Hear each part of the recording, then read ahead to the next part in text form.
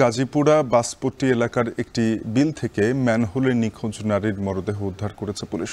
এ নিয়ে আরও জানাতে যুক্ত হয়েছেন সহকর্মী ইফতেখার রায়হান। ইফতেখার, জানাবে যে নিখোঁজ নারীর পরিচয় শনাক্ত করা গেছে কিনা, আর নিখোঁজ যেই ম্যানহোল থেকে হয়েছিলেন সেই স্থান থেকে তাকে যেই বিলে পাওয়া গেল, মরদেহটি যেখান থেকে উদ্ধার হলো তার দূরত্ব কতটুকু হবে?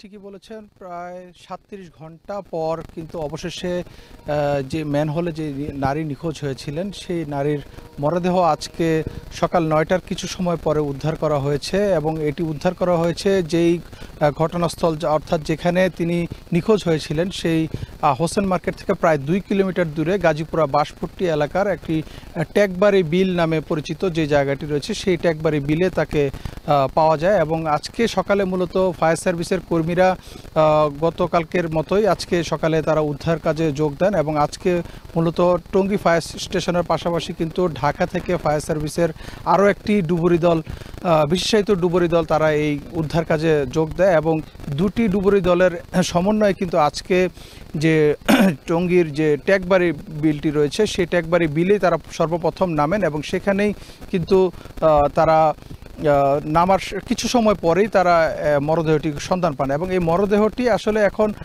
যেহেতু গতকালকে একজন নারীর স্বজন এসেছিলেন, তারা দাবি করছেন তাদের স্বজন আসলে নিখোঁজ রয়েছেন। তার নাম ফারিয়া তাসনিম জ্যোতি এবং তার বয়স আনুমানিক ৩২ বছর বলে তারা জানিয়েছেন।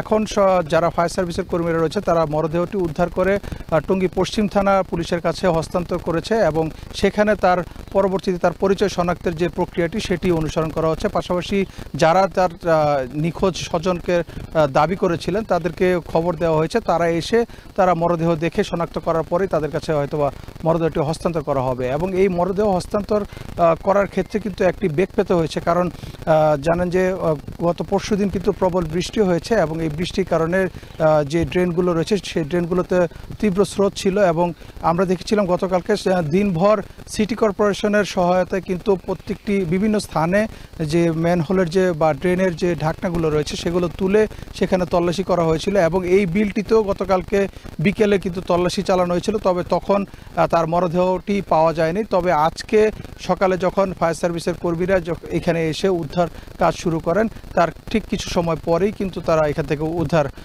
মরদেহটি উদ্ধার করেন। এখন পরবর্তীতে যে এই মরদেহটির পরিচয় শনাক্তের যে প্রক্রিয়া সেটি অনুসরণ করা হচ্ছে এবং যারা নিখোঁজ যে স্বজন রয়েছেন অর্থাৎ তার সন্ধানের জন্য গতকালকে এসেছে তাদেরকে খোঁজ খবর দেওয়া হয়েছে আইনশৃঙ্খলা বাহিনীর পক্ষ থেকে। তো এই ছিল আমার কাছে ঘটনাস্থল থেকে সবশেষ। শাফিন।